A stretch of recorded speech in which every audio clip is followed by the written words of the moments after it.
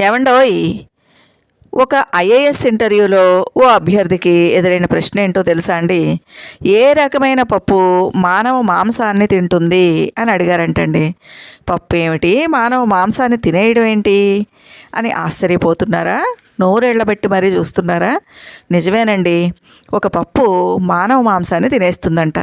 ఇంతకీ అదేం పప్పు? ఆ పప్పుని తినచ్చా తినకూడదా? తింటే గనక మనకి కలిగే నష్టాలేంటి, లాభాలేంటి?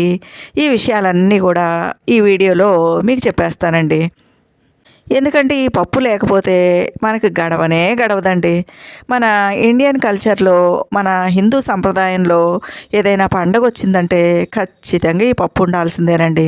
మరి ఈ పప్పు లేకపోతే అసలు పండగే ఉండదు.